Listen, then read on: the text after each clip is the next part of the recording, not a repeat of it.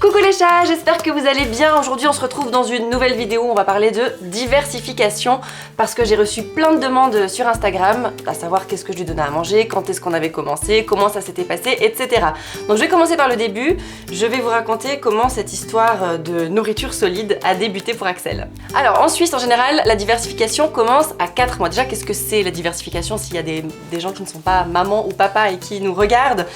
C'est justement le fait de changer l'alimentation de l'enfant. Jusqu'à 4 mois, il ne boit exclusivement que du lait, que ce soit du lait en poudre, du lait maternel, peu importe. Et à partir de 4 mois, on commence gentiment à introduire les aliments solides. Je dis solides avec des guillemets parce que c'est sous forme de purée. En tout cas, c'est comme ça que j'ai choisi de le faire. Parce qu'il y a une autre sorte de diversification qui s'appelle la DME, où on donne directement des gros morceaux à l'enfant. Mais là, il faut qu'il ait 6 mois et j'ai décidé de ne pas le faire. Je vous expliquerai pourquoi après. Donc, notre histoire à nous a commencé quand petit Axel avait 4 mois. Nous sommes donc allés chez le pédiatre. Voilà, tu te souviens, tu racontes? Ouais. Et t'as même une cuillère dans la main. En ce moment, c'est son jouet favori, la cuillère. Oh mon petit chat. Oh là là. Donc, nous sommes allés chez la pédiatre pour ces 4 mois qui nous a bien confirmé que tout allait bien. Il était bien haut au niveau de la courbe de croissance. En ce qui concerne la taille et le poids, il n'y a pas de souci à se faire. Hein. On voit qu'il a une bonne cantine. Et donc, il nous a dit, allez, vous pouvez commencer à diversifier sa nourriture. Donc, on a commencé, comme il nous le conseille à chaque fois, par la carotte. Et il faut savoir que quand on commence la diversification, le conseil, la recommandation en tout cas des pédiatres, en tout cas ici en Suisse, c'est de donner 3 jours de suite le même légume à notre enfant. Ça permet en fait tout simplement de voir s'il est allergique ou pas à ce légume-là. Donc on le fait pendant 3 jours, on lui donne uniquement au repas de midi et quelques cuillerées pour commencer parce que de toute façon, voilà, il découvre, il sait même pas trop comment déglutir, enfin tout ça c'est tellement nouveau, il sait que téter à 4 mois, donc voilà. On l'introduit de cette manière-là, donc nous c'est ce qu'on a fait avec Axel, la carotte pendant 3 jours et je me suis très vite rendu compte qu'en fait il était pas du tout prêt. Ça c'est mes cheveux chérie, c'est pas très bon. Donc il était pas prêt à ce moment-là et je m'en suis rendu compte parce que d'une part il a été constipé vraiment bien beaucoup pendant plusieurs jours et en plus il n'avait pas trop de plaisir, je voyais qu'il savait pas trop quoi faire de ce que je lui mettais dans la bouche, donc je me suis dit bon j'arrête, je vais attendre qu'il me donne signe, qu'il me fasse signe qu'il est prêt et je continue avec l'allaitement exclusif jusqu'à ses 5 mois. C'est ce qu'on a fait, donc on a continué l'allaitement exclusivement et ensuite à 5 mois, j'ai eu l'impression de voir un signe de sa part, environ 5 mois, c'était juste un petit peu avant, un signe qui me montrait qu'il était prêt, c'est qu'il commençait à regarder comme ça tout ce qu'on mangeait.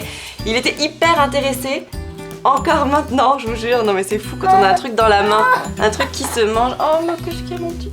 Donc voilà, beaucoup d'intérêt, je me suis dit, il est peut-être prêt, je vais recommencer et cette fois j'ai évité la carotte, je voulais pas de nouveau me retrouver face à un enfant constipé, c'est tellement compliqué. Du coup, on a commencé avec la courge et il a adoré, ça a été un peu la révélation. J'avais préparé tout un petit pot en pensant lui donner quelques cuillerées et il m'a dégommé le machin, 150 ml. Voilà, donc je me suis dit ok, finalement ça va être un bon mangeur je pense. Et donc on a commencé à dérouler le fil des légumes comme ça. Chaque légume qu'on a testé pendant 3 jours, donc on a fait courge, on a fait courgettes, on a fait rave, panais, pommes de terre, enfin bref, tous les légumes de saison. D'ailleurs j'ai fait la courgette, je me suis fait taper sur les doigts sur Instagram. C'est vrai qu'on devrait vraiment rester dans les légumes de saison, c'est important. Et il aime tout, il mange tout et il mange beaucoup, voilà. Et du coup gentiment on a commencé à introduire à ses 6 mois les viandes blanches et les poissons, les huiles également, les huiles parce que c'est important, ils ont besoin de tous les oligo-éléments qui se trouvent dans les huiles végétales, donc colza, noisettes, peu importe, faut alterner un petit peu. Arachide aussi, ça permet de voir s'il n'a pas d'allergie parce qu'en ce moment les enfants développent beaucoup d'allergies au niveau des fruits à coque, arachides, etc.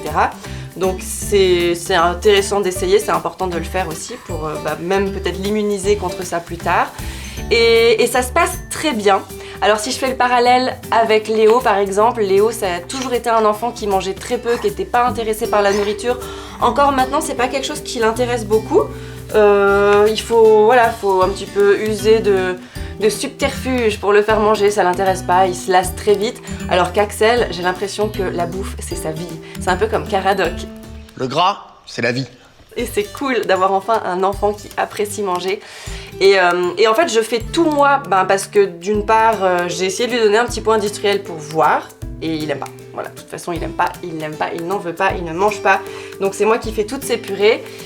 Et au niveau de ce que j'utilise comme ustensile, parce que vous m'avez aussi beaucoup posé la question sur les réseaux sociaux, j'ai deux différents trucs. J'ai le baby cook, on est très très nombreuses à l'avoir, le baby cook. Le problème, c'est qu'il fait des toutes petites quantités.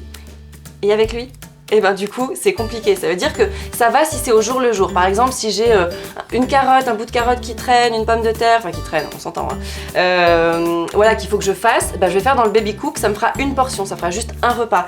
Par contre voilà, comme j'ai quand même une vie assez active, que je travaille, etc. J'ai envie de prévoir un petit peu à l'avance, de pouvoir congeler des repas. Quand je fais des grosses quantités, j'utilise le Magimix, comme ça je peux faire un gros bol où je remplis facilement 3 grands bocaux de 300 ml que je mets au congèle, j'en garde un dans le frigo, j'en mets 2 au congèle et ça me fait de la réserve et voilà, je fonctionne comme ça et c'est très bien. Et c'est très bon. Alors pourquoi j'ai pas choisi de faire la DME? Déjà qu'est-ce que c'est? C'est la diversification menée par l'enfant. Je peux pas très bien vous expliquer ce que c'est parce que je me suis pas intéressée plus que tant vu que c'est quelque chose qui me fait vraiment peur. Ça commence à 6 mois, donc c'est à dire que jusqu'à 6 mois en général l'enfant est exclusivement allaité et à partir de 6 mois en fait on décide plutôt que de lui donner des petites purées. Oh, qu'est-ce qu'il y a? Qu'est-ce qu'il y a? Maintenant on n'avait pas envie de faire ça, nous on voulait pas faire ça parce que j'avais trop peur. Je vous dis que j'ai peur, pourquoi? Parce qu'on donne des vrais morceaux de légumes vraiment très cuits, très cuits, donc parce que comme ils n'ont pas de dents, il faut que juste avec sa mâchoire il arrive à écraser le légume pour l'avaler. Mais le principe c'est quand même de lui donner des vrais gros morceaux de légumes, de fruits, etc. Et on n'était pas prêts pour ça. Parce que vous le savez, moi j'ai eu une grosse frayeur avec Léo quand il a eu 1 an où il s'est étouffé avec un morceau de pastèque sur la plage. Du coup j'ai extrêmement peur quand mes enfants mangent. Encore maintenant Léo, je regarde tout ce qu'il mâche, comment il mâche, s'il avale bien et tout. Et donc je vous raconte pas, Axel, je peux pas lui mettre des gros morceaux de légumes dans la main pour qu'il se débrouille tout seul. Non, c'est très bien celle qui arrive à le faire, j'ai rien contre. J'ai rien contre la DME. Toi clairement t'as quelque chose contre. J'ai vraiment rien contre celles qui pratiquent la DME parce que je trouve que c'est très courageux. Moi j'ose pas le faire. Après il paraît que c'est très bien pour tout un tas de raisons, mais encore une fois j'ai pas approfondi le sujet parce que j'ai pas envie de le faire avec mes enfants. Et la dernière question qui revient très souvent sur les réseaux sociaux, c'est comment est-ce qu'il mange actuellement, à quelle fréquence, quels sont ses repas, etc. les tétés. Donc si j'essaye de vous dérouler un petit peu sa journée au niveau des repas, maintenant il a un peu plus de 7 mois. Alors le matin je ne suis pas là, je suis au travail, donc Connor lui donne un bibi, soit de mon lait que j'ai eu le temps de tirer, soit s'il a fait une très mauvaise nuit et qu'il s'est beaucoup réveillé, j'ai pas pu tirer mon lait parce que j'avais plus rien, dans ce cas là c'est du lait en poudre. Ensuite moi je rentre vers 10h30, 11h, c'est encore une petite tétée. À midi et demi le repas, donc c'est un menu composé de légumes avec pas forcément à chaque fois, vraiment 1 ou 2 fois par semaine, un peu de viande ou du poisson, mixé évidemment, toujours en purée complètement. Ensuite à 16h je lui fais une petite bouillie de semoule, donc c'est une semoule qui s'achète toute prête, qui se mélange avec du lait en poudre et j'y rajoute en général 2 ou 3 cuillerées de compote que je fais moi-même aussi. Après ça dépend, parfois c'est juste la compote, s'il n'a pas trop faim je lui donne juste une compote pour 16h. Et le soir je lui donne une petite purée de légumes et tétée avant de dormir. Il faut savoir que chacun des repas, j'ai pas précisé, mais chacun des repas je les complète avec une tétée et puis même s'il a envie de téter entre les repas, c'est à la demande. Mais c'est rare, il le fait pas en fait lui-même. De lui-même, il se régule sur les repas.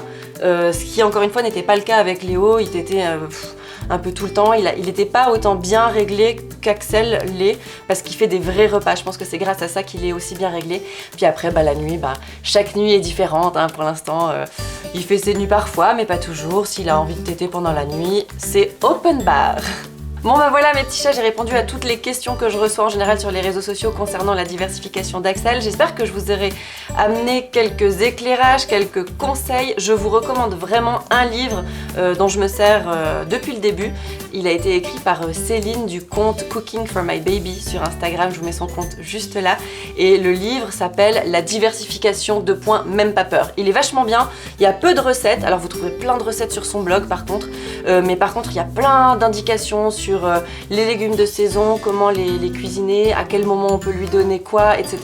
Franchement, il est hyper bien. Si j'ai une question en général, je trouve la réponse là-dedans. Donc je vous le recommande. Et puis n'hésitez pas à me dire en commentaire comment vous vivez la diversification alimentaire. Quand est-ce que vous avez commencé? Je sais que c'est pas partout pareil selon les pays. Est-ce que vous avez tenté la DME ou est-ce que ça vous tente? Moi j'aimerais bien, encore une fois, j'aimerais bien y arriver, mais j'y arrive. Comme ça, après on fait comme on peut, comme on veut. Je ne jugerai personne, comme d'habitude ici c'est dans la bienveillance que ça se passe. Et voilà, on a fait cette vidéo ensemble, hein? Petit coquinou. Ça c'est les problèmes de maman, on n'a pas toujours des gens pour garder nos enfants. Et là, fallait que je vous tourne cette vidéo, donc il est là. Est-ce que tu veux dire au revoir avec moi? Oh, il est un petit peu ronchonchon, hein?